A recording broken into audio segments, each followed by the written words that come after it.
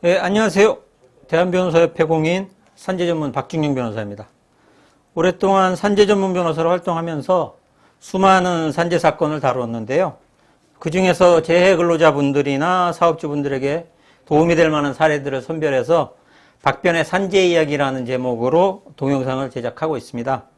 오늘은 그 14번째 시간으로 산재 사고가 발생하면 어떤 보상을 받게 될까요? 라는 주제로 이야기를 해볼까 합니다. 그러면 산재 사고로 상해를 입은 경우 재해 근로자는 어떤 보상을 지급받게 될까요?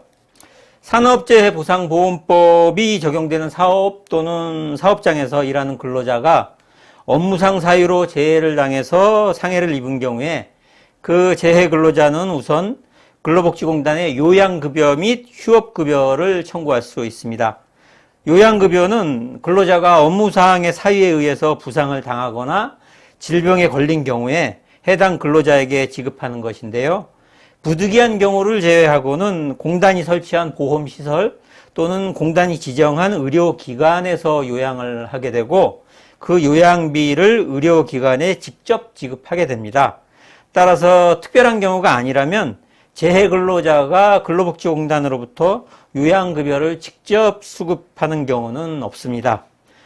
그리고 부상 또는 질병이 3일 이내에 요양으로 치유될 수 있는 경우에는 요양급여를 별도로 지급하지 않습니다. 휴업급여는 업무상 사유에 의해서 부상을 당하거나 질병에 걸린 근로자에게 요양으로 인해서 취업하지 못한 기간에 대해서 지급하는 것으로 평균 임금의 70% 정도를 휴업급여로 지급하게 됩니다. 그러면 요양급여와 휴업급여를 받으면 산재보험급여는 모두 끝나는 것일까요? 요양을 통해서 치료가 종결하여도 근로자에게 장애가 남는 경우에는 요양 종결 후 근로복지공단에 장애급여를 청구할 수 있습니다. 장애급여는 장애 등급에 따라 장애보상연금 또는 장애보상 일시금으로 받을 수 있습니다. 그러면은 근로자가 사망한 경우에는 어떤 보상을 지급받게 될까요? 근로자가 업무상의 사유로 사망한 경우에는 유족에게 유족급여를 지급하게 됩니다. 유족급여는 유족보상연금 또는 유족보상 일시금의 형태로 지급되게 됩니다. 유족보상 일시금은 유족급여를 연금의 형태로 지급하는 것이 곤란한 경우로서 대통령령이 정하는 경우에 한하여 지급하고 유족보상연금의 수급권자가 원하는 경우에는 유족보상 일시금의 100분의 50에 상당하는 금액을 일시금으로 지급하고 유족보상연금은 100분의 50을 감액해서 지급하게 됩니다. 그러면 상해사고의 경우 근로자가 근로복지공단으로부터 요양급여, 휴업급여, 장애급여를 받았거나 사망사고의 경우 유족이 유족급여를 받게 되면 산재 처리 절차는 모두 끝나는 것일까요?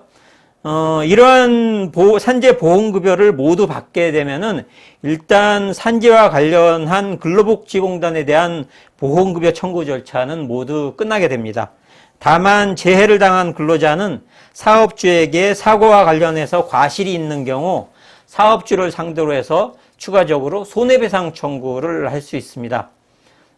이러한 손해배상 청구의 경우에는 총 손해액에서 피해 근로자의 과실 비율만큼 공제한 후에 근로복지공단으로부터 받은 보험급여액을 추가적으로 공제한 금액만을 청구할 수 있습니다. 이러한 손해배상 청구에 대비해서 사업주는 민간보험회사에 별도로 보험을 들기도 하는데 이를 소위 근제보험이라고도 합니다. 이러한 근제보험은 산재보험과 달리 강제력이 있는 것은 아닙니다. 따라서 사업주가 근제보험을 들지 않은 경우에는 그 손해배상액을 사업주에게 모두 청구할 수 있게 되는 것입니다. 지금까지 산재사고가 발생하면 어떤 보상을 받게 될까요? 라는 주제로 이야기를 해보았습니다.